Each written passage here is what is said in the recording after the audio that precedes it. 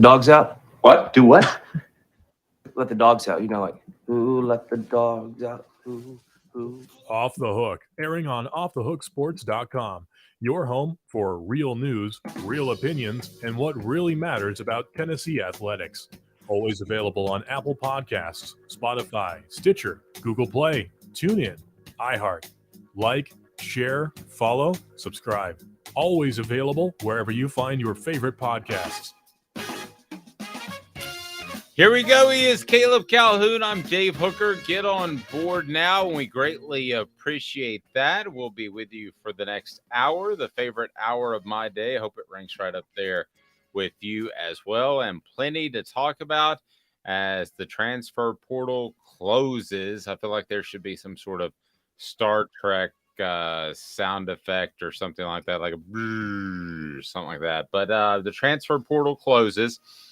You can still take transfers in after this point, so you don't just get stuck in the portal. But the transfer portal closes, and I think it's pretty clear that Tennessee's good to go with their quarterback situation. A couple of re-rankings that are kind of shady.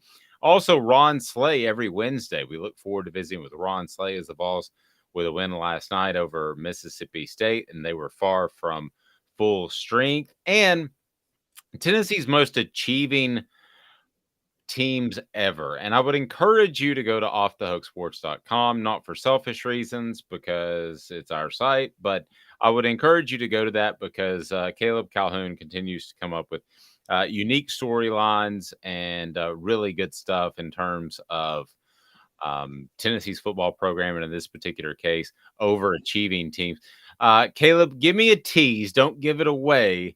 But where does the 2022 team rank among the top overachieving teams? Pretty close to the top, I would think so.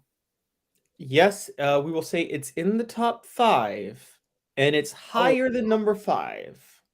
So in the top 4. Yes. Exactly. Yeah, basically I tracked what I did was I went back to 1950 and tracked all the times Tennessee finished in the top 10 while starting the season unranked. So there may be some other overachieving teams that are hard to quantify because there was no preseason AP poll before 1950.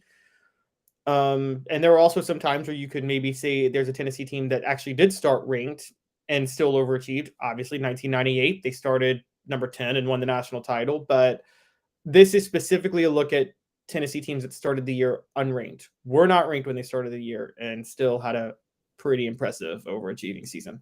I want everybody that's on board to listen to that. He went back to 1950. Okay. Go to offthehooksports.com. I can't tell you how happy we are with Caleb and just absolutely knocking it out of the park. Also, Caleb Gyro has a breakdown of the rankings that are coming out today because the transfer portal is closing, so you can't enter it. So you do a re-ranking, which to me, in and of itself, and for those listening, please hit the like button. We appreciate it. For those listening to know where we come from, sure, we love covering Tennessee football, but we also are able to look at it with some perspective and objectively.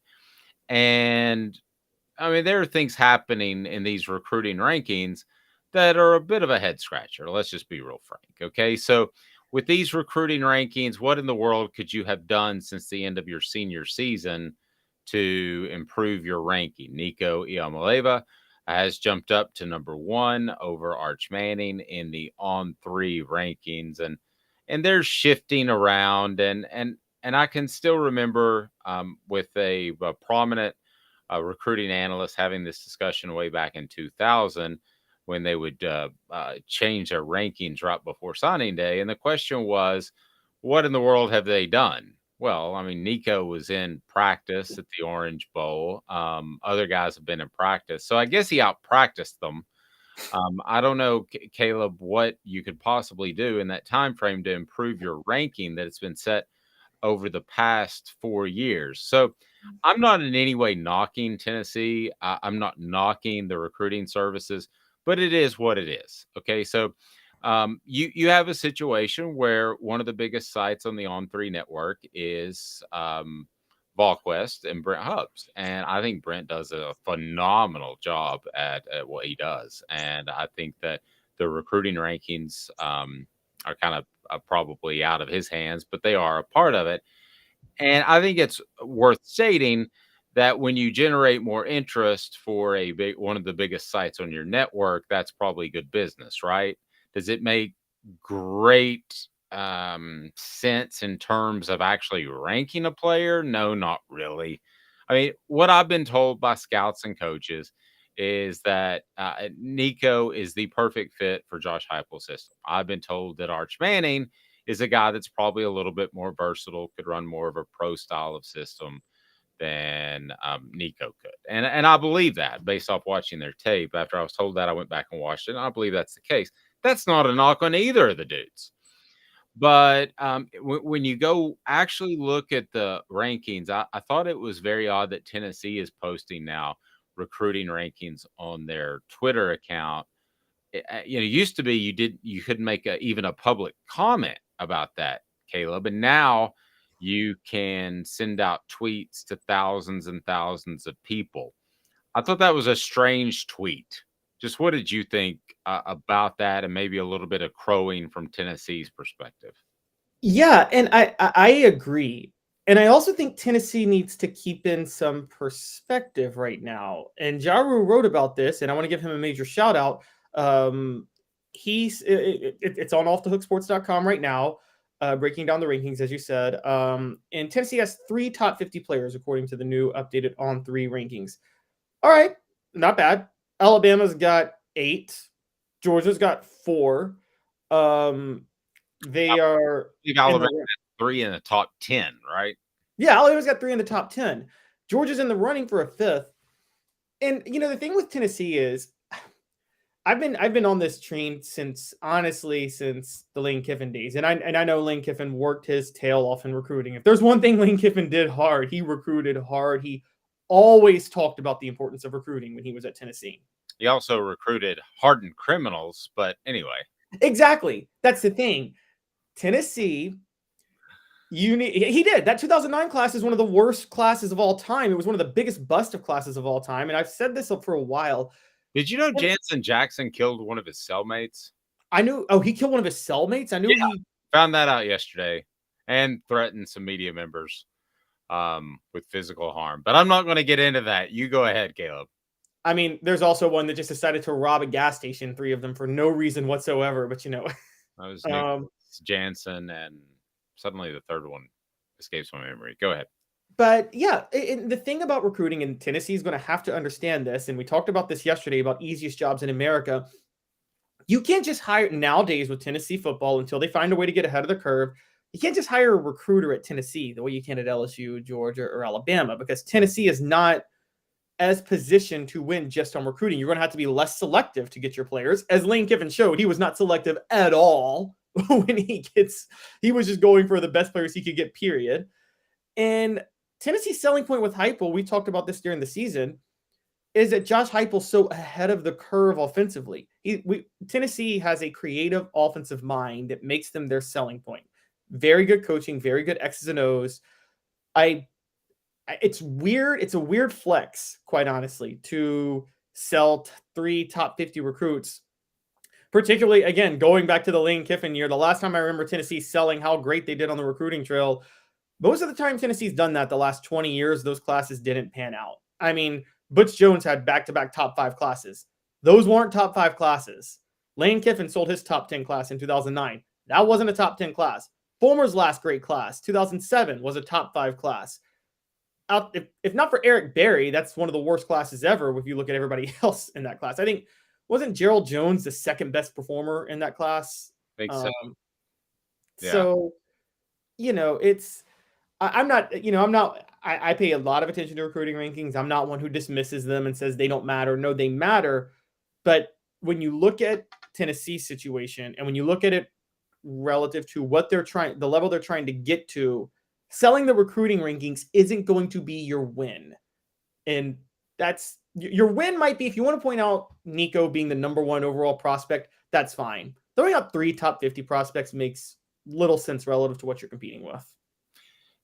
here is the thing that I mean, I think Tennessee. I'm not going to say A plus. A plus in Josh Heupel's third year would be a top 5 class, top 3 class. Okay, so I'm not going to say A plus, but if you ask me to grade where he is recruiting wise, as compared to where I thought he would be when he was hired, that was the big question mark. I truly believe it's an A right now. I believe to be a top 10-ish class is an A. It's not an A plus, but you've got room to grow there. You got things that you can continue to do. You haven't even benefited off the 2022 season yet. That takes a year or 2 or 3. I mean, there are a lot of guys that'll say, I saw this team back in, 3 years ago playing for a championship. And that's why I signed with them 3 years later. Please hit that like button so we can bring up more people. We greatly appreciate that. So I've got complete respect. As a matter of fact, I'm somewhat surprised, if not astounded, about how well Josh Heupel has recruited. But the idea that you're there and you've planted the flag on the top of Mount Everest is just not the case right now. It's the equivalent of when Tennessee was number 1 in October after beating Alabama, saying you won the national championship. No, you didn't. You are somewhere along the path, but you have not distinguished yourself as one of the elite recruiting programs in the nation yet. I think there's a good chance that'll happen. I've said before that Tennessee with NIL, their fan base, their facilities, and all that, I think Caleb and I could get a top 25 class, and I'm not even joking. I think Caleb and I, with a good budget, could get a top 25 class. So that's kind of, to me, the bottom. Yeah, I remember Philip Fulmer one time slipped in the mid-30s, and I was like, uh-oh, that's not a good sign. So, and it wasn't. And so I think right now I give it an A as overall recruiting in 2 years, roughly 2 years since he was hired. Oh, or 3 years now, right? 2 years. 2 2 years. years. 2 years. So heading into the third cycle, I guess is what I was thinking. I get my years mixed up from years of covering recruiting. You'll hear me start calling this 2024 here in a couple months. So I really believe that he is on the right path and they will be an elite recruiting program. I just don't think it's quite yet. And I think a lot of it depends on what happens with Nico. And I believe that especially seeing what's going on at Florida, and you've got a quarterback that's backing out because the money wasn't actually there and he's trying to get away. I don't think any of that type of shenanigans are going to happen at Tennessee. And I believe quite firmly, after not taking a quarterback in the transfer portal, Caleb, that Josh Heupel's saying it's Milton or Nico. And I think it's going to be a real competition in the spring. So if Nico comes out and ends up the starter, has a great year, then it just helps you in recruiting more. But no, to say that you have 3 in the top 50 and to kind of put yourself out there as it's done, we're good, that's putting the cart ahead of the horse. Far ahead of the horse. I mean, because again, Tennessee across most services is on the cusp of a top 10 class. I mean, it's right there on the borderline. And so, as you know, top 10 class is middle of the pack in the SEC. And you're right. We can, you and I could fall out of bed and get a top 25 class at Tennessee. But Tennessee's in a conference where we talked about it yesterday, there's at least 2 programs, I think 3, where you can fall out of bed and get a top 10 class. I think Georgia and LSU, anybody can get a top 10 class at those 2 schools, maybe even a top 5 class at LSU without even trying. And Alabama, I think you can get a top 10 class without trying. So that's what Tennessee's up against. Well, and here's what it comes down to. Okay, so Tennessee's offense is built to overcome a talent disadvantage for other programs. Again, hit that like button so we can open up to more viewers. We're with you each and every weekday at 10 o'clock. So Eastern. So Tennessee can overcome a certain talent advantage. But we saw what happened when they played Alabama. Tennessee played an incredible game, I thought won the line of scrimmage on both sides, and that was still a football game at the end. Alabama could have won that game if they hit that field goal at the end, and they didn't have Brett Maher from the Cowboys. So that game was still a game because Alabama had more talent 1-85 on the roster. The Georgia game was a loss because Georgia could man up against Tennessee's wide receivers. So what you're talking about is Tennessee, to get to that next level, they're going to have to start recruiting in that top 5 area. So the transfer portal will certainly help. I think their transfer portal this year, assuming they don't take any more, and I'm sure they will at some point, maybe in the spring, or the people can still transfer in, was somewhere along the lines of a B, maybe B plus. It wasn't as explosive as I thought it would be, but yeah, Caleb, you can beat the Pitts of the world.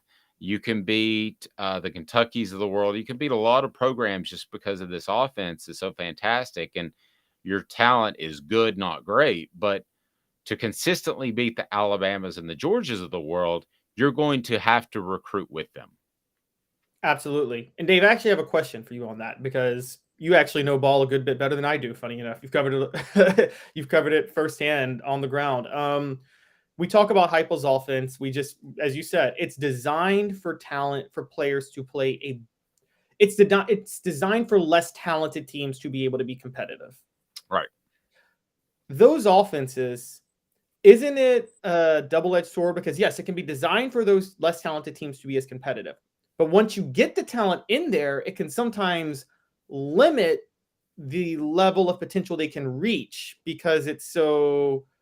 I think of like Mike Leach's air raid. I know that's not Josh Heupel's. I know that's not what Josh Heupel runs. Or I think a better example in basketball would be Bruce Pearl with the flex offense and the full court press. Yeah, that helps you overcome a talent disadvantage.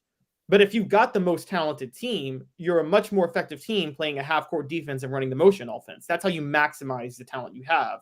Whereas I think in football, if you do have the best talent, then you're much more effective running the pro style offense per se. God rest his soul. I think that's very applicable to Mike Leach. I don't think that offense changed from the late 90s when he was running with Hal Mummy. I don't think it's applicable to Josh Heupel, which is the reason some NFL teams are going to be interested in him at some point. I'm just going to go ahead and tell you, because he is a bright, creative mind. And as you know, he runs a different offense from his days at Oklahoma, where it was kind of force fed on him. You mentioned that before, and it is absolutely true. But he also ran it, and he learned tempo. He learned the splits. He learned all those things. So I think, let's say Nick Saban snaps his fingers tomorrow and he goes, "I've figured out how to stop that thing." Then I think Josh Heupel is a creative enough offensive mind that he will then adjust. And they also place such an emphasis on running the football.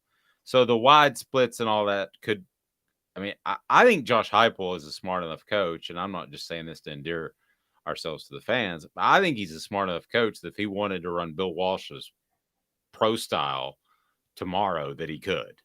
I think he's that good. So now maybe that's a direction Tennessee wants to go in when they have better talent than everybody else. Maybe they don't have to run tempo as much. I think you saw a little bit of that at different pieces throughout the second half of the season, where they ran a 6-8 minute drive. That's not his comfort zone, but he's very willing to do it. So I don't know if that really answers your question, but I think he's bright enough where he would be able to come anybody that came up with a way to stop what they're doing now. But I don't think right now, because of the rules of football and the reason your offensive linemen are practically allowed to go 20 yards downfield and start blocking for a screen or an RPO. I don't know that it can change anytime soon, Caleb. Just from the style of it, I think more people are going to copy Josh Heupel before he has to adjust. Yeah, you're right. They'll have to change the rules for it to change. It reminds me, I dug back on a little bit of history, but the triple option, there was no reason to change it and no way to stop it until college football started banning cut blocks or chop blocks. Chop blocks. once chop blocks came in, Nebraska still ran it for a good 20 years after that and had some great success. But really, Nebraska was, I think, the last of the teams running it in the 90s.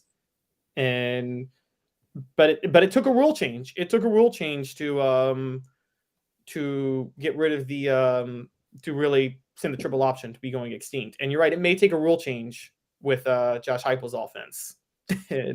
Yeah, but the thing is, there was a reason for the rule change. And for those that don't know, a chop block is when you're engaged with another lineman. A cut block is perfectly legal, where you go at a lineman's legs. And Nebraska was the absolute master of really short engagement with one guy, and then somebody else would chop/cut him, depending on how you want to look at it. So there was a reason for that. It was player safety. But what would be the reason behind making a change now? Because it's exciting. They're up and down the field. It's like adding a 3-point line to college football over the recent years. And I know Gary Danielson told me it bastardizes the sport. Well, maybe it does, but a lot of people like the bastard in it because teams are going up and down the field. So I don't know the motivation to change it. That's true. I would say, just on a side, the 3-point line in basketball, I think now it was exciting for a while. I think now it's ruining the sport because teams have mastered the art of finding just a bunch of 3-point shooters, knowing that's the best way to win, and nobody needs to run an offense anymore. And, we've kind of learned that the mid-range was more fun to watch than the 3-point shot. Well, speaking of the 3-point shot, the master of the trailer 3 will join us here momentarily. We'll get to Ron Slay after this. I remind you that portions of the program brought to you in part by Guardian Investment Advisors. Go to GIAPlantoday.com, GIAPlantoday.com. Thanks to video teleconferencing, they can absolutely hook you up, not only show you where your money's going, but why it's going there. 2 minutes, Ron Slay, Off the Hook Sports. Has risen to the highest level in over 40 years, according to the April 2022 U.S. Inflation Calculator. Will your investments provide you the income you need in retirement? Are you losing purchasing power of your savings due to inflation? Simply stated, if the cost of goods and services are 8% higher and you're only earning 4% in your investments, that money buys you less of what you need. Right now is the time to act. Call Guardian Investment Advisors today. Hey folks, Gary Viles here. I want to personally invite you to North Knoxville's newest sports bar and restaurant. It's Big Orange Phillies, located in Black Oak Center. And yes folks, it's happening in Halls. Big Orange Phillies offers family-friendly environment with homemade meals and the best deli-style subs around. Billiards, darts, jukebox, shuffleboard, and cornhole, and a full bar. We also offer valet parking on weekends and during special events. We even have a covered back patio. It's happening at Big Orange Phillies. We want, we need, and we appreciate your business. Hi, Mike Davis here with City Heating and Air, reminding you to always dare to compare. Our team provides quality local heating and air service, installation, and maintenance across East Tennessee. We use only the best equipment like American Standard heating and air conditioning for your residential, new construction, or commercial needs. Honesty, dependability, and customer satisfaction have been the cornerstones of our business since 1961. City Heat and Air. Dare to compare. Chattanooga, we're at it again. For the 5th year in a row, you voted us best of the best criminal and DUI law firm. And finalists for best law firm and best personal injury firm. Thank you for the love, Chattanooga. We won't let you down. Do you want to own the more that owns every job? Then get to Vassey Lawn and Garden in Cleveland and get you a Toro. I'm David Vassey, here to talk to you about Toro. With a Toro Zero Turn, you'll get more out of every minute and you'll reach the finish line faster. At Vassey's, we like to say, no matter if you're mowing 3 acres a week or 11 lawns a day, homeowners and business owners alike find confidence in equipment they can trust from top to bottom. Vassey Lawn and Garden, Highway 60 North in Cleveland. Man alive, it's worth the drive. Got cataracts? We can fix that. Never miss another moment. With a little help from Doctors Campbell, Cunningham, Taylor, and Hahn at cctis.com. I want to remind you that Zool Beer, XULbeer.com, ZoolBeer.com is the official craft beer of Off the Hook Sports. great parking downtown in Knoxville, and worldwide award-winning craft beer. Love this segment. One of my favorites of the weekend. It's brought to you by Zach England of Best and Brock. Zach is a personal injury attorney that can go toe-to-toe with the insurance company lawyers that are trying to make sure you get as little money as possible from your personal injury incident. And Zach England of Best of Brock will take care of you. And Zach England brings you Ron Slay each and every week. Ron, how are you, sir? I am good. Good morning, fellas. How y'all doing? Good morning. You're banging this morning. You got the deep voice. I can tell you're feeling. Yeah, sometime, man. Listen, I was sitting there looking in the mirror, man, and I was like, man, this pimple has been bothering me for about 4 days, man. I don't know what exactly to do about it, because you're not supposed to bust them. Not supposed to bust the pimple. So that's been my research and development team has been going over that and trying to figure out what exactly I'm supposed to do with it. But that's where the deep voice comes from. The frustration. If you're not going to be in public, I'm a fan of busting them, but you immediately put Neosporin on it. So you look like you got cream on your face, but you can't really do that in public. So that's I ain't trying to run around. I don't want to run around with the little dots on my head. Don't even wipe it off, but it'll knock it out. I promise. It's so funny you bring that up. I had this conversation with my son just the other day, and Ron, I mean, you're over 30. I'm almost 50. When in the heck do we stop having pimples? I don't know. See, listen. I'm blaming the SEC network for this one right here, because I told them when I came in, I don't need that much makeup, and she did a terrific job. She didn't give me a lot of makeup. You know, just hit me. I don't even know what she hit me with, like a little, I guess, foundation. I had to ask the women out there about that, but hit me with that. And I guess, I don't know if I didn't clean it off right or what, but I haven't had pimples in at least 15, 20 years. So I'm blaming the makeup. I did a video shot for ESPN in Charlotte, and I said, no, I don't need any makeup. And they said, trust me, everybody else is wearing it. You need some. And that was a nice way to say it, huh? Yeah, that was a nice way to say it. They put it on. I looked 10 years younger. I was like, can you put some more on? And just leave it on. I'm walking around like this every day. I mean, I was like, good gracious, there's 26-year-old Dave. By the way, look at you, SEC Network. Tell me how that came about. That is awesome. Man, a couple of people reached out to me over when we went to do SEC Media Day, actually, for football. And Craig Pinkerton, who was who was our SID when I was in school. So, you know, he's working with SEC, and he was searching for me. He was like, man, I got somebody you gotta meet. So he ended up meeting me and getting a face-to-face meeting with Pete Waters, and Pete Waters talked to me, and we had a conversation, and it kind of died down for about 2-3 months. And then they hit me up and was like, you know, do I want to come in for an audition? Went in for the audition, knocked it out with Peter Burns, one take, and then it was just waiting. And they hit me up probably right around Christmas and said they reviewed it and wanted to get some work done. So January 7th was supposed to be the start date.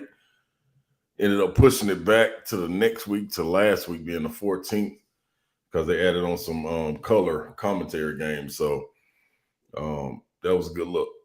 So when do you start doing color? January 25th, the next week. What game do I have? A&M and Auburn at Auburn. That is phenomenal. Happy for you, man. That's great stuff. Yeah, so that'll be fun. So next time you see me, we'll be on the road doing this. Okay. Yeah, should be in a hotel. Hopefully we got good internet, baby. Yeah, I'm knocking on wood right now. What did you think? Let's go back to Saturday. Here we are having the discussion that John Calipari may be fired, and Kentucky's able to beat Tennessee. What did you think of their response? What did you think of Tennessee's play on Saturday before we get to last night? I thought it was good, man. I thought Kentucky responded to exactly what Cal needed. I think in a sense, it wasn't even Cal. I think the players took control of the locker room. I think the leadership from Sheboy calling his teammates out, and those guys respecting him enough as a player of the year and watching his work ethic and watching his lead by example. I would imagine in practice and things of that nature, his work after practice to follow him. So it looked like it bled right over into the court. It was interesting though, man, and I keep pointing to this, that Saville Wheeler didn't play. He didn't play in that Tennessee game. And you also saw last night when they were playing Georgia, when he was in the game, it was a different style of play for Kentucky. So it seems to be that they play better with Cason Wallace at the point guard spot. So I guess the tweaking of that lineup and the defense of Cason Wallace on players gets them to flow and gets the ball hopping around a little bit different. Guys, Saville Wheeler to be impactful has to be handling the ball, because he can't shoot really well, but he's good at setting guys up. But that means the ball sticks. And defensively, if you're a good defensive team, that's easier to guard than the ball popping around side to side. And I think that's where Tennessee got in a little bit of trouble. And then at the same time, that was an uncharacteristic point of Tennessee also. Being if you go back to it and you ask Coach Barnes, what do we need to do going into this game to be successful? Guarantee you're going to say physicality is going to be one. Understanding defensive assignments. 2, stopping them in transition, and 3, 4, not giving up second chance points. They did all of that. They were the most physical team. They gave up open shots. Were undisciplined on closeouts. What else, man? It's a list that goes on and on. They got hit in the mouth and didn't swing back. It was just a lot going on. And I know officials played a little bit a part of that game. I don't want to overlook that, but at the same time, you still had an opportunity, with all that being said and done, to finish the game when it was tied up, and you missed 11 layups. It's just, that was a focal point coming into that game. According to the reports, practice they led up with putting the little orange strips. They talked about it before the game, being able to make layups, and then you go out there and miss 11. So that's tough, man. And then you didn't get the performances you thought you should out of the individual guys. Zakai at the same time of Olivier, so you go through ups and downs. It's a rivalry. It's supposed to happen every now and then, but you just don't want to repeat that. And I think Kentucky did a good job answering the bell. Yeah, Ron, before we get to the Mississippi State game, I want to limit one more thing about the Kentucky game from Tennessee's side, because I think, it's a noon tip-off, Chris Lofton's number being retired. You can kind of understand maybe not shooting the ball well from the outside, a little bit sloppy guard play, missing some layups. The thing. What, did we lose Caleb? Always hustle plays, but. Oh, he's back. Say it one more time, Caleb. Yeah, repeat the question there. You broke up a little bit. Sorry, I was going to say that offensive rebounds aren't always hustle plays, but in this case, when you're built the way Tennessee is, and also Tennessee missed, I want to say 7 more 3-pointers than Kentucky, and usually offensive rebounds come from breaking balls a lot more. Yeah, they shouldn't have allowed Kentucky to get 9 more offensive rebounds. Was there anything beyond just lack of effort that caused that? I want to say no, but it just felt like when you get out rebounded by 20, regardless of it's offensive, whatever it may be, like that's a look in a mirror moment. Like they wanted it more. They showed it more. You looked at when the ball went up, Kentucky had 4 people in the lane on offensive rebounds and defensive rebounds and fighting. The only person I saw fighting consistently was Euros. Outside of him, you saw Phillips early on with the putback and things of that nature, but you didn't get to see that active motor in him. You didn't get to see guys out there getting the long rebounds like what you're talking about when the ball gets tapped up and, people being Johnny on the spot and going and getting the ball. Usually you see Zakai coming up with it, him getting fouled. It's a foul and take the ball out on the side. You see guards getting in there, getting it, but you didn't see that, man. I think there was a lot of will in that game for Kentucky over Tennessee. I just think Tennessee, this happens. You know what I'm saying? This is the difference when you bleed over coming from football into basketball, and the the importance of one game, and all of a sudden, then you get to basketball, you're like, oh, we're a top 10 team. We lost a game. Oh, what are we supposed to do? But you got to play the next 2 days later, 3 days later, you got to go play again. So it's not that much put on it until you get to the tournament. But I just think, man, as fans and media and everything, you just got to take a step back and understand, man, that sometimes it is about the will and the want. And to answer your question, yeah, I think in this situation, Kentucky really just wanted it more. Like they needed this more in order to right the ship, coming off a loss at Alabama the way that was, then getting beat at in Rupp against South Carolina. Like those were ugly losses. And to come in there and take a pounding, like they were supposed to get beat by 20 against Tennessee, without question, if Tennessee brought the game that they were supposed to bring. But that didn't happen. So you right that ship, and then you look up, and now Kentucky's trying to, inch back up in there to the upper echelon of the SEC. Please click that like button, the thumbs up button, so we can bring more people in. If you haven't subscribed yet, be sure and do so. We greatly appreciate that. Ron, at what point does Santiago Escoe's injury become an issue of worry from the standpoint of chemistry? I mean, I have no reason to believe he won't be 100% headed into March, but wouldn't you like to have him right now to be able to work out the minutes and everything? Yeah, you would. I think with a guy like Santi, the importance of what he brings to the game as far as the scouting report and how the defenses are going to play him, and what it does for guys that are setting screens, getting them open just because he's involved in the action. That's a different dynamic, man, bringing it to the game. So yeah, you would definitely want to have him. I think he's also a guy that can miss some time right now early and be able to incorporate himself back into the game and be able to kind of get flowing without it being because his game's not based on athleticism. His game's not really based on his is more of a read and react thing. And I think a lot of times when you're a vet, you can get a lot of that from film. And sometimes it is better taking a step back. You also add something, taking a step back from the game and watching it from a bird's eye view instead of being in it. I would expect him to come back, even if it was 2 or 3 games that he had to miss, and bring a whole different breath of fresh air to the game. Different than what kind of similar to what Josiah brings offensively. Like when he was making shots last night, it was like, man, where we gonna get these shots from? And boom, he hit 3 threes. I think that's kind of what Santi brings to the game.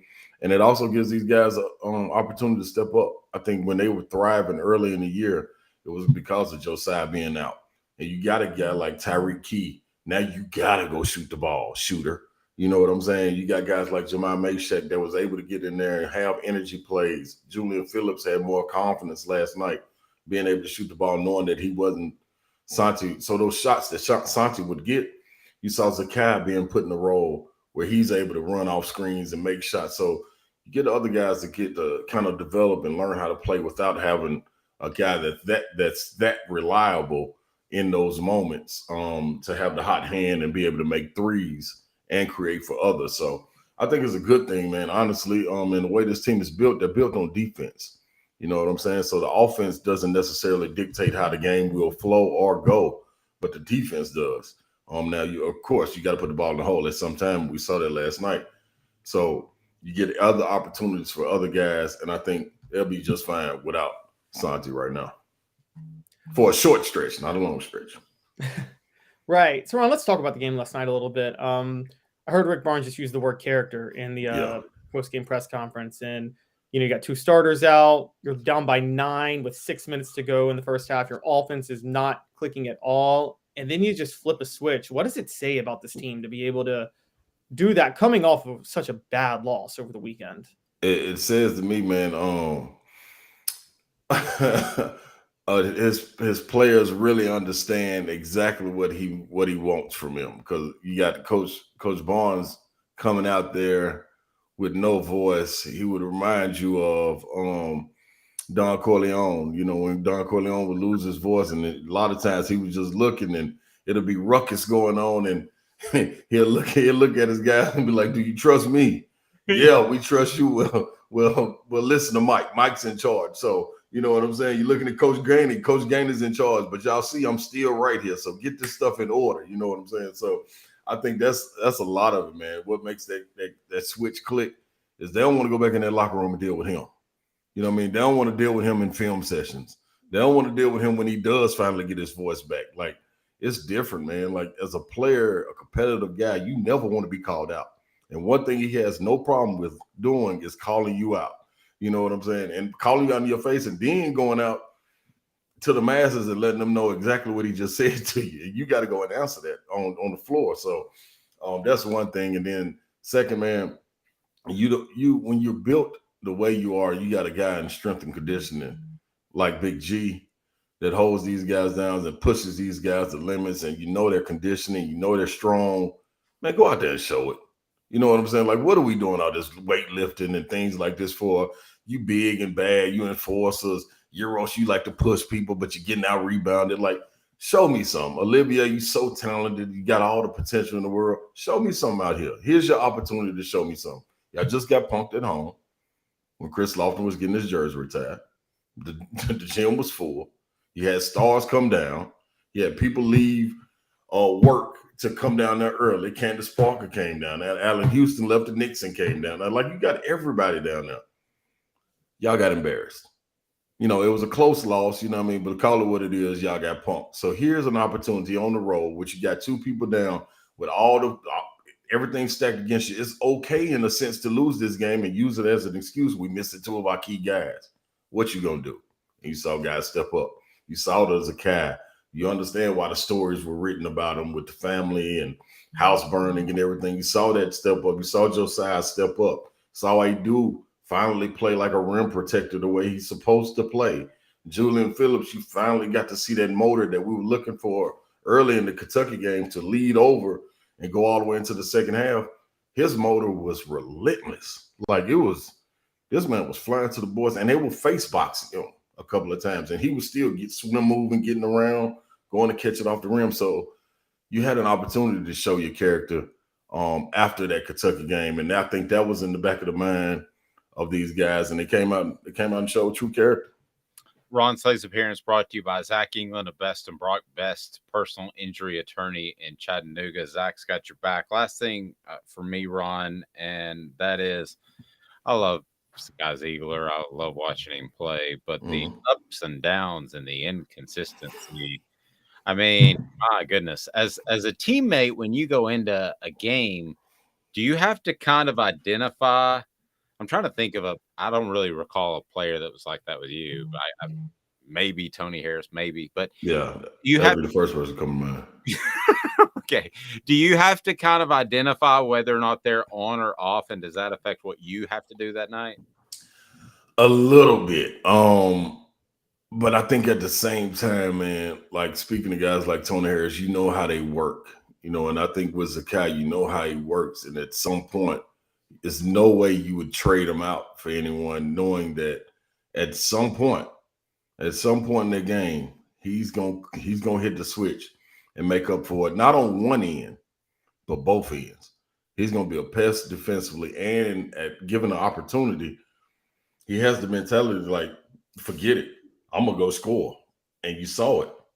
All you gotta do is continue to play basketball. He's a guy, man, that had so much success last year as a freshman and an underdog and flying under the radar that you almost forget. Like, he hasn't had to be in a role yet without having a wingman on this side and all the responsibility being put on his shoulder.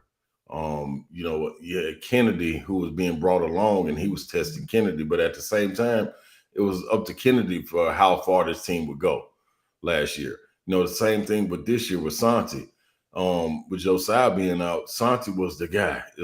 How far do we go? It's kind of up to Santi, you know what I'm saying, in the grand scheme of things. Now you take these guys out of the mix and you put him right there, and this dude is on your shoulders. Like, it ain't no more looking around. Who you gonna defer to? It's on you. Like, you're the one that got us in this hole. Can you answer the bell?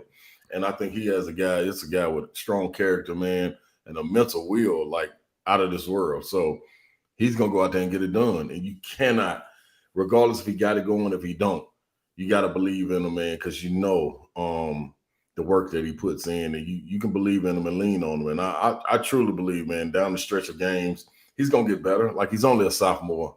I think, man, that because of his voice, you think he might be a senior or a 5th year or 6th year senior because it's so deep. You know what I mean? He seems like he's 35 years old, but, man, it's still a baby in a sense, you know, especially in the game playing at this high level, even though he's been playing in AAU. When you get to college and get to play Power 5, that's a different style of ball. And then when you get into SEC Power 5, that's a different style of ball. So still, I think getting acclimated to it, man, and he's going to be all right. He's going to be all right. Ron Slay, SEC Network, 104.5 The Zone. He is huge. He's monstrous. He's awesome. We appreciate the time. Brought to you by Zach England of Best and Brock. Zach's got your back in the Chattanooga area for personal injury attorney. And I'll leave you with this, Ron. If you knock when everything's cemented and you're like a regular guy on SEC Network, yeah, of course, that's tied in with ESPN. I just want to give you this, and that's owned by Disney, that you knock on the right doors and you get free passes to Disney. I just want to let you know that, because that's like a $15,000 bonus check. That place is expensive. So you still have to pay. You still have to pay for parking. Yeah. But you can get the rest of it free. I'm just going to let you know.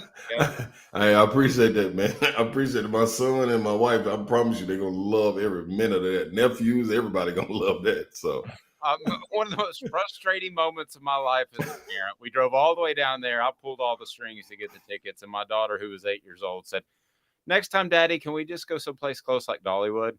I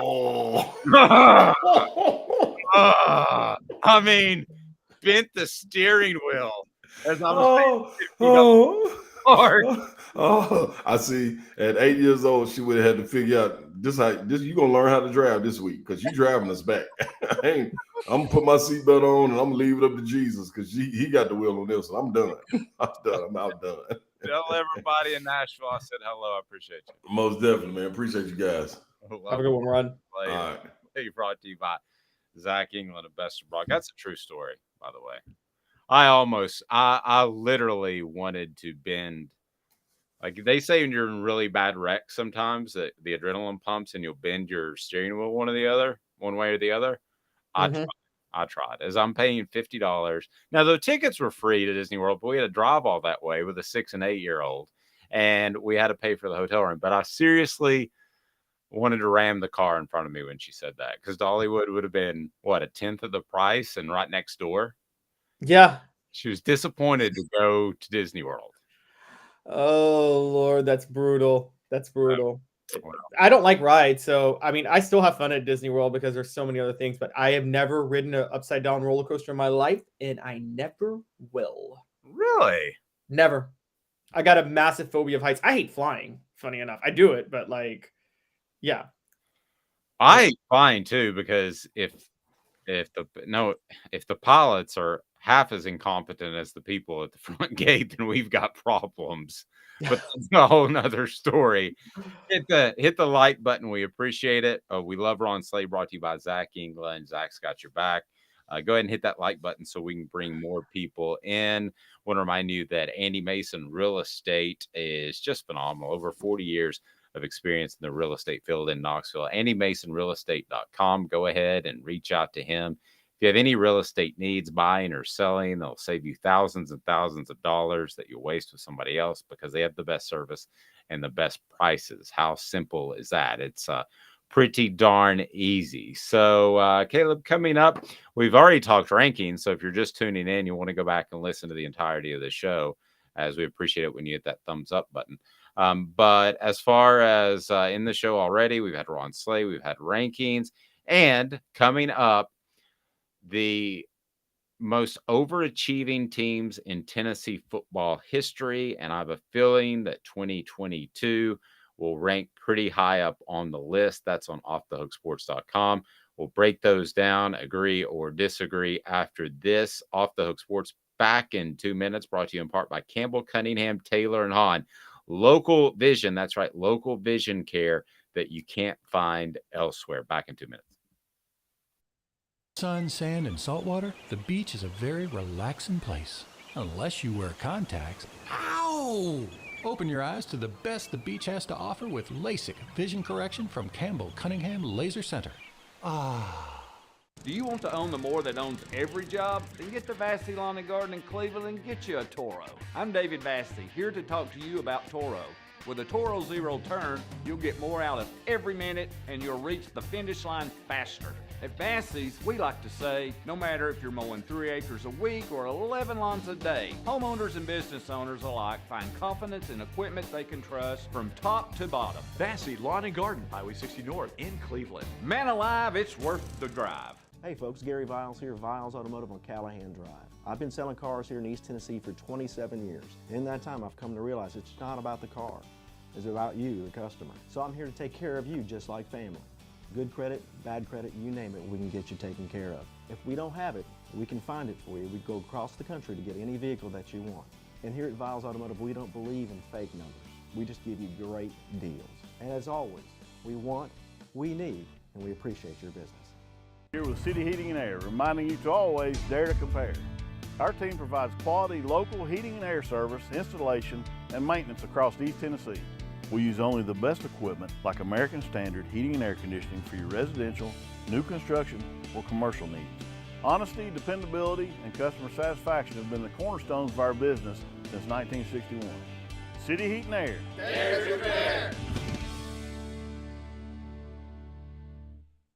Chattanooga, we're at it again. For the 5th year in a row, you voted us best of the best criminal and DUI law firm.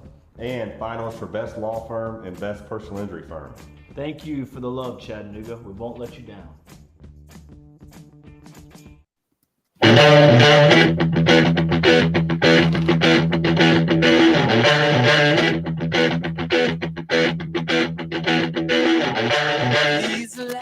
If you're watching on our video platform, YouTube, and you're seeing me, it looks like I'm making a mixed drink, but I'm not.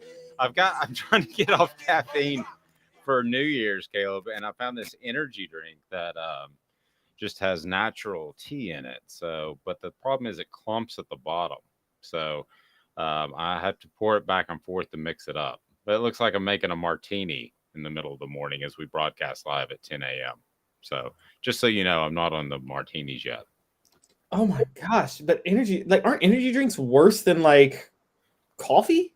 No, I actually did my research. So this one, but I'm glad you brought that up. But you did your own research, huh? Yeah, I did my research. This one is based off green tea, so it's not like the one I was drinking previous to the beginning of the new year when I started doing my research because I was feeling a little jittery. Was rated the worst energy drink in the entire world. Literally 300 grams of caffeine. The average cup of coffee has 40 grams of caffeine. Wow. I mean, if you want some energy, if you really want some energy, I hear there's it's plant-based, so you know it's good, but I hear there's a plant-based powder that gives you very, very, very, very good energy. Oh, are we talking about nose candy? Is that where we are? Yeah. Yeah, I probably need to pass on that. But it's plant-based, so it's vegan. That is true. I mean, I have zero problem with people smoking marijuana or what they got edibles or stuff they call now. I mean, I've thought for since I was in my 20s that was not as bad for you in some cases as alcohol as far as the abuse of it, but to each his own. You say the same thing about tobacco, but when somebody goes down that path of it's all natural, well then so's cocaine. Yeah, exactly. Oh, really? So we're just excluding basically ecstasy. If you want to go down that path, then you're excluding ecstasy. And there's an argument about ecstasy, mushrooms, MDMA. I will say this: there's been some studies. Have you heard of that one? The Washkawa? I haven't heard of that one. Yeah. But Dave, there are some studies. I don't know if you know this. That if among all depressants, no matter how widespread used they were, alcohol is actually the most dangerous because not of what you do to yourself, but because it's the one of the drugs that puts other people at danger when you do it. And yet that's the most common one that we have, the one that risks other people's lives. I could see that. I remember one congressperson saying at one point that if you wanted to eliminate drinking and driving, just don't allow convenience stores to sell it cold. And I thought, that's actually a really simplistic, good idea, because you're not going to drink a warm beer. That's actually a good point. Never thought about that. if you get home and put it in the fridge, then you wait for it to get cold, or you have it at home. I don't know. That only works in America. In Europe, like, they look at you weird if you want your beer cold. I've been over there, and they prefer their beer room temp. Vassy Lawn and Garden, man alive, it's worth the drive. Vassy Lawn and Garden is right there in Cleveland, Tennessee. Whether or not you're considering commercial, residential, or industrial mowers, they have that at Vassy Lawn and Garden. You can come from Knoxville, Nashville, Chattanooga, and save a whole bunch of money. D. Smith saying, I'd love to play some 7-on-7 at any SEC school that's going to compete for a national championship. And the tradition is first class with a coaching tree of winners. So are you saying, D, I'm just trying to follow you here. Are you saying you'd like to see just 7-on-7, like flag football, Tennessee versus another opponent? Because that's essentially what the NFL is going to do this year, right? In the Pro Bowl? Yeah. Yeah, I think that is what they're going to do this year in the Pro Bowl. I think they decided. I still can't believe they do this Pro Bowl. I've never seen anybody who watches it. No. And listen, let me go ahead and tell you, this goes a little bit before your time. I can't remember the running back, but he basically almost had his leg amputated because they had this bright idea that they were going to play sand football. Do you remember that? Do not remember that, but that sounds really, really stupid. Pro Bowl lead-in. It's one of those disgusting injuries that you see that you're like, oh my gosh, that is absolutely horrible. Robert, he played for Georgia. Robert Edwards. Oh, Robert Edwards. Okay. All right. So he suffered that in a sand football game, and his career was over and almost had his leg amputated. So I'm just going to go ahead and tell you, NFL, it's a matter of time until this flag football thing turns into that. I hate to tell you, but that's facts. All right, offthehooksports.com, great feature by Caleb Calhoun on the biggest overachieving teams in Tennessee football history. Let's see where the 2022 team ranks. You start off with number 5, 1965. Why was 1965 such an overachieving team for the Vols in Tennessee football? Yeah, so this was the second year of Doug Dickey on the job. Very similar to Josh Heupel. Installed a new offense in 1964. Needed a bit of time to get it going. And in 1965, it just took off. Tennessee started the year unranked. The reason I have this not higher is because technically the AP poll only did preseason top 10s at this time. Although I think it's pretty well established that Tennessee wouldn't have been ranked even if they did a top 20. They had gone 4-5-1 the year before. The single wing was out of style. Tennessee, for those who don't know, insisted that the single wing was going to be here to stay forever, and absolutely was the last team to refuse to move on to it until they hired Doug Dickey. And he went 4-5-1 with the team the first year, and this year it took off. They went 8-1-2, finished number 7, tied Auburn and Alabama. And the emergence of the Swamp Rat was the final regular season game of the year against UCLA in Memphis. They won 37-34. Dewey Warren, with the legend of Dewey Warren, was born that day. The legend of Dewey Warren. I love me some Dewey Warren. I've known him for, better part of 3 decades. We continue with the list brought to you in part by City Heating and Air Conditioning, cityheatandair.com. Integrity matters. And I was a little surprised that you had the 2022 Vols just at number 4. I would have had them a little bit higher based off your list, but tell me why they were number 4 in your mind. So this ranking was based on teams that started unranked and who finished highest. And this team, we can quibble or debate about whether or not they should have finished higher, but at the end of the day, they finished number 6, going 11-2. Obviously had the South Carolina loss, but still had amazing wins over Clemson, Alabama, Florida, Pittsburgh on the road. But going from the other teams I named, all finished in the top 5. and that was kind of the difference. And if they didn't and they also either had 11 wins or won the SEC championship, whereas this team did have 11 wins but didn't win the SEC title. Fair enough. Again, hit that like button. We greatly appreciate it. Brings more people into the show. And if you haven't subscribed, please do that. So then we get to the 1970 Vols. Obviously, that was before both of our times. But your thoughts on why Tennessee in 1970 was one of the most overachieving teams in school history? So again, this was... I did this more numbers-based, not opinion-based, because quite honestly, this shouldn't have been considered an overachieving team. This was a massive failure on prognosticators and experts who believed that when Doug Dickey left after the 69 SEC championship, that Tennessee would have a massive fall off. They didn't realize how loaded Tennessee was talent-wise still. I think Bobby Scott was the quarterback around this time. I'm sorry? No, he says, well, from time to time. Go ahead. Oh. But they had everybody back from the year before, basically. So they went 11-1. Only loss was to Auburn. They won the Sugar Bowl against Air Force, finished number 4 that year after starting unranked. Very much reminds me of what happened with 98, where it's, Dave, you know this as well as I do. There was no research done on that 98 team, which is why they started at number 10, and nobody had any idea just how loaded the talent level on that team was, because they only saw Peyton Manning and Leonard Little leaving, and they didn't realize how loaded the team was elsewhere. Agreed. I definitely agreed. I think Terry Fair left as well. I think they have 3 first rounders that year, I believe.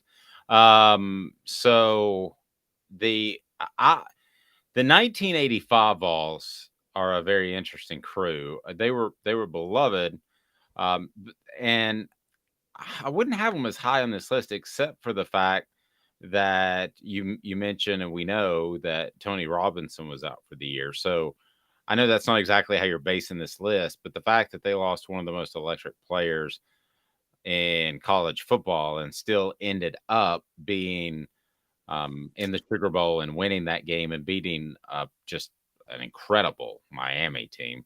Yes, I think they certainly deserve to be right up there, be it fan favorite or overachieving. As a matter of fact, I might have them number 1 if it was a subjective list. Yes, if this was talent-based, I would probably have this number 1 too, because let's forget Tony Robinson getting hurt and then Daryl Dickey coming in, which was huge. Chris White on the other side on defense became an All-American safety, and I'm trying to think, outside of Tim McGee, how many NFL players were on that team? Not that many. Not a lot. This was just a team that really, I mean, it's your classic story, an underdog story of a team that really just came together and, should have beaten that UCLA team that they tied. They were up 26-10 and gave up a touchdown, a 2-point conversion, an onside kick, a touchdown, and a 2-point conversion to tie. And then beat Auburn. They lost 1 game at Florida, but their only disturbing blemish was that tie to Georgia Tech, but that was the week after Tony Robinson got hurt. Then they won out, and there's a lot of videos. You guys can go look at it. Miami was number 2. The number 1 team had lost in the bowl games, and you can see all these videos of Jimmy Johnson lobbying, we should be national champions if we win the Sugar Bowl. And they forgot to focus on winning the Sugar Bowl, and Tennessee beats the brakes off them. Yeah, that was important. And you had a guy talking about the talent level, no offense to Doug Powell, but at running back looked like he worked at the local Home Depot. I mean, he didn't look like an elite athlete at all, but that's just such a special team. You have to love those guys, the Sugar Vols. And then at number 1, and this is on offthehooksports.com, you had the number 89 team. So here would be my argument against having them number 1. And again, I know you're doing this in a objective way of where they were ranked and where they ended up. So in 88, they had an 0-6 record, but they did make a significant coaching change in Ken Donahue, and they made that change at defensive coordinator, and then that allowed them to finish 5-6. So a little bit of momentum heading in to the offseason, and I really thought 0-6 was just absolutely unbelievably poor, bad, underachieving. I thought this team had some talent in 88 and 89. So again, I'm doing it the very subjective way, but I thought that I was not surprised that they had a significantly good season in '89. Yeah, so I've gone back and done a lot of research on the 88 to 89 era because, as we know, 89 really is what ushered in the greatest era of Tennessee football, the modern era. And what we realized was they lost a lot of talent from the 87 team. So they were already one of the youngest teams in the SEC in 88. They also had some injuries, but more importantly than that, Dave, I've looked at their schedule. They had the most brutal first 6 games. I mean, they played 4 ranked teams plus a Steve Spurrier-led Duke, and we know that. And actually, the only other unranked team they played was Washington State, who finished the year ranked, and I think they won the Pac-10 that year. It was the Pac-10 at the time. So just a brutal first 6 games to start the year with a rebuilding team and injury. So of course they start 0-6. They win the final 5 to finish 5-6. You're right, and I agree. I think this is one of those where if pollsters had done their research, they would have had Tennessee in the top 25 or top 20 entering 1989, given the talent that was returning. And, who knows what happens if not for a dismissal of Reggie Cobb in the middle of the season and a quarterback change from Sterling Hinton to Andy Kelly. Who knows what happens with that Alabama game? And they might actually win that game, at which point they could have gone undefeated that year. I remember sitting there waiting to get my hair cut when I guess I was like 14 years old and hearing the news that Reggie Cobb had been dismissed the week of the Alabama game. That was pretty big news. Vols Automotive Group, the epicenter of car shopping right there on Calhoun. Great selection, great service. And Vols Automotive Group also has just, they've got the right mindset. I would put it that way. They want, they need, they appreciate your business. It means a lot to them, and you'll feel that walking in the door. And Big Orange Phillies in North Knoxville and Maynardville Pike has darts. They've got billiards. They've got cornhole. Best of all, they've got the very best food that you're going to have in a family environment. A lot of fun and even karaoke, which Caleb is already committed to singing some Aha at some point. I am a huge karaoke fan, and I am the worst singer of all time. But my go-tos are Mariah Carey and Taylor Swift. My one good I can't stand karaoke, by the way. It drives me crazy because most people can't sing, and I just leave the place. But I will say this: on a business trip to Dayton, Ohio, I heard great karaoke. The ironic part was they were singing all Southern songs, like all about the South, and then they would just replace, Sweet Home Carolina with Sweet Home Ohio. Oh, the rural Midwest loves country music more than the South does. Loves. Yes, more than the South. When I moved up to Maryland, I went to Western Maryland, which is like a rural part of Maryland, and I heard way more country music than I ever heard growing up in the South. This is the anniversary of Philip Fulmer stepping down as athletic director. So on offthehooksports.com later today, we'll have his lasting legacy, and it basically lies with women's basketball at this point. We'll just leave it at that. Obviously, the black mark on that brief tenure at Tennessee would be a guy named Jeremy Pruitt, who may become defensive coordinator at Alabama, or at least an assistant coach. We shall see. Craziness continues.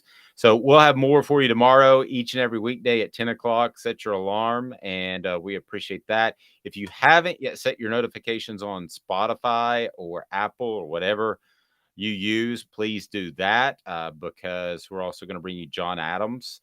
We're also going to bring you Cooper Mays and Jacob Warren from week to week. So set the notifications on so you know when we drop stuff, and love to be a part of your day, live or not. But we'll be with you each and every weekday at 10 Eastern. He's Caleb Calhoun. I'm Dave Hooker. Have a fantastic day. This has been a presentation